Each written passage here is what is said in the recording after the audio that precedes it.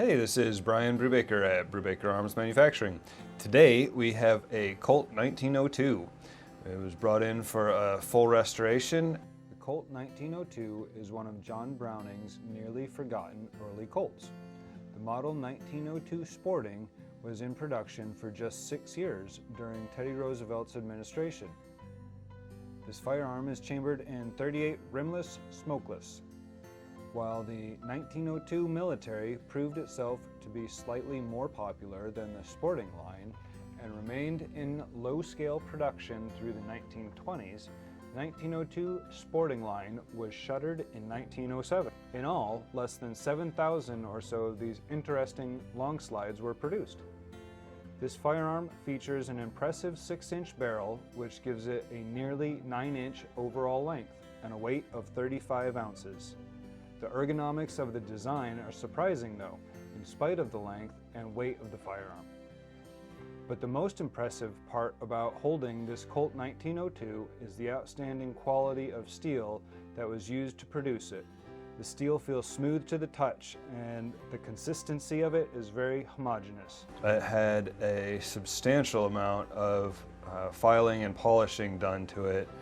You can see all of the dings all over the slide and some on the frame there as well. It was functional when it was brought in, but it was just really in rough shape. So we took it in to refinish and reblue. It came back to the shop and looking it over, working on all of the polishing. It came to mind that this pistol was originally charcoal blued the way Colt did their charcoal bluing, and so if we were to fully restore it, then we should charcoal blue it instead of just rust blue, which is what I think was originally decided on.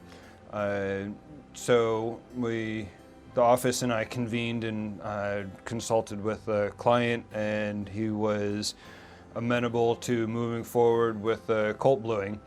And here's the beautiful end result.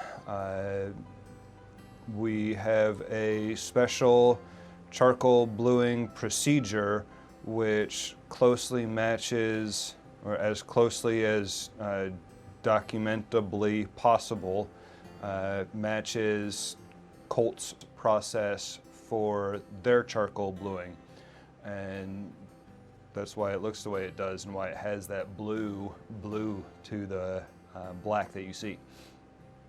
It requires cooking all of the parts in a kiln or furnace with a particular type of charcoal and some primer, which is a type of oil and charcoal mix that carburizes and oxidizes the metal at the same time, which is what gives it that blue-black finish. This pistol was polished to 400 before getting the Colt charcoal bluing. As far as we're aware, Brubaker Arms Manufacturing is the only firearms facility that offers authentic Colt-style charcoal bluing. There's nothing like it.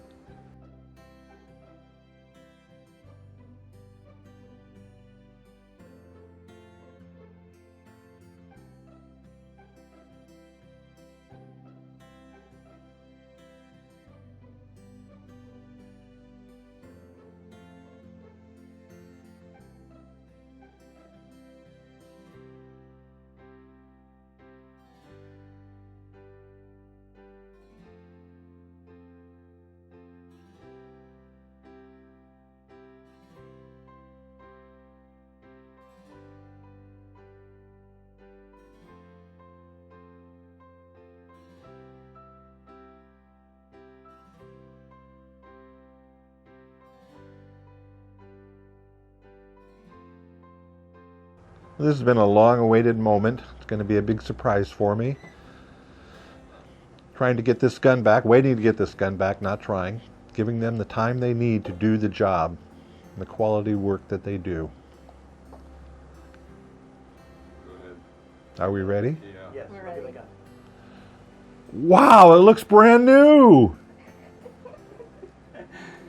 What a surprise! I mean, I've had work done by gunsmiths before, but never this much newness. Holy smokes. You guys outdid yourselves. You really did.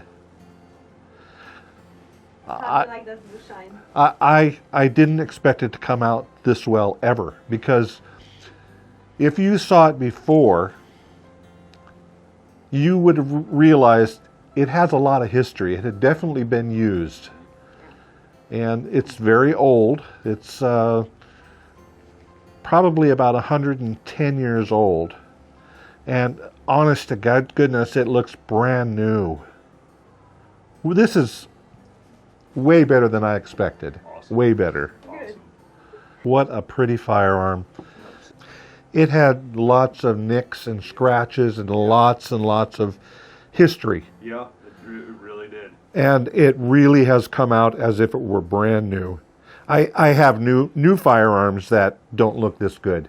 I really do. Awesome.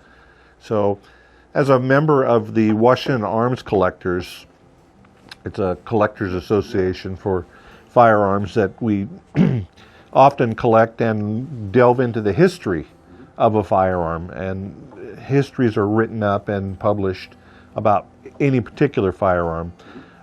This one will be one that I'll probably submit some information to Washington Arms Collectors, and pictures, and Awesome. I'm really looking forward to actually pulling the trigger, if it's ever going to have a trigger pulled. I don't know if it'll even have a trigger pulled, but it's definitely a collector's item. Everything functions.